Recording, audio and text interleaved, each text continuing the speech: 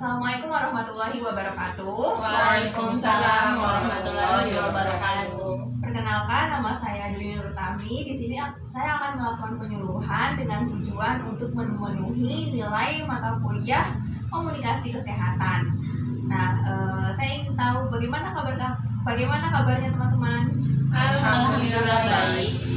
Saya akan berbicara terkait bebaskan lingkungan dari sampah. Nah, teman-teman tahu nggak apa itu sampah? Sampah itu sisa-sisa dari apa yang kita gunakan sehari-hari atau kebutuhan kita sehari-hari. Ada yang lain? Sampah itu kotor. Oke. Nah, jadi semua jawaban yang kalian bilang itu betul, guys. Nah, sampah itu adalah sisa kegiatan sehari-hari, baik itu manusia ataupun proses alam yang berbentuk padat. Nah, sampah itu bisa berasal dari mana aja sih? Nah, sampah itu bisa berasal dari alam, dari aktivitas kita, atau dari rumah tangga, dari industri.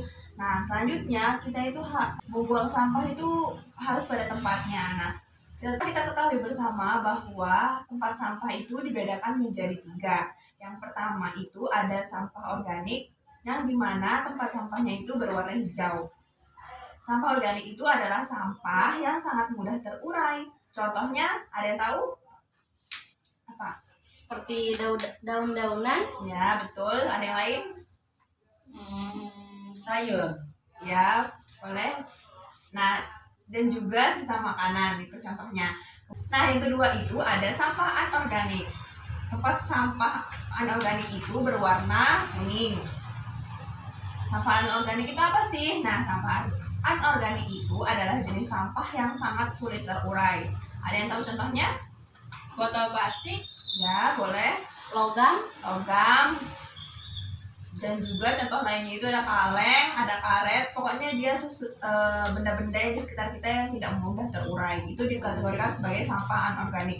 Kemudian yang ketiga ada limbah B3. Yang ketiga ada limbah B3.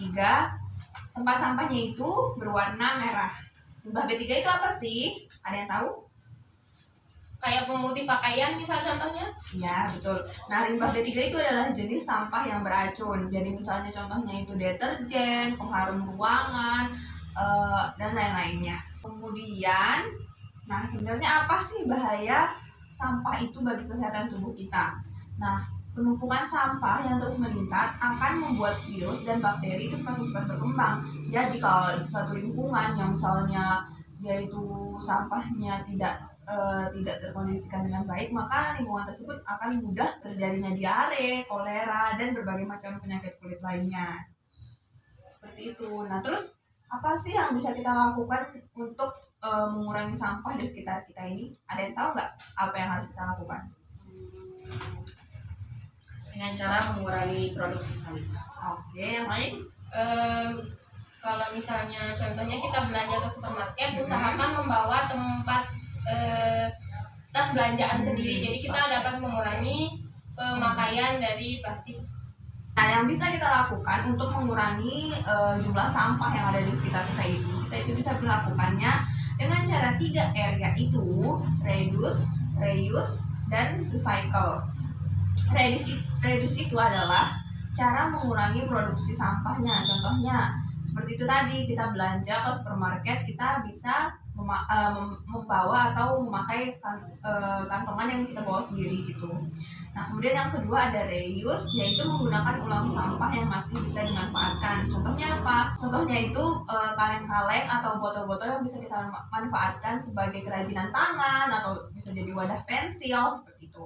Kemudian yang ketiga ada recycle, yaitu mendaur ulang sampah dengan cara membuatnya menjadi manfaat yang lebih baru. Contoh recycle bisa kita manfaatkan misalnya bungkus kopi yang kita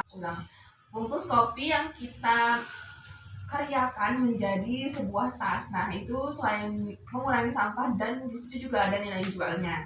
Nah, mungkin itu saja yang bisa saya sampaikan kepada teman-teman. Mungkin ada pertanyaan? Silakan.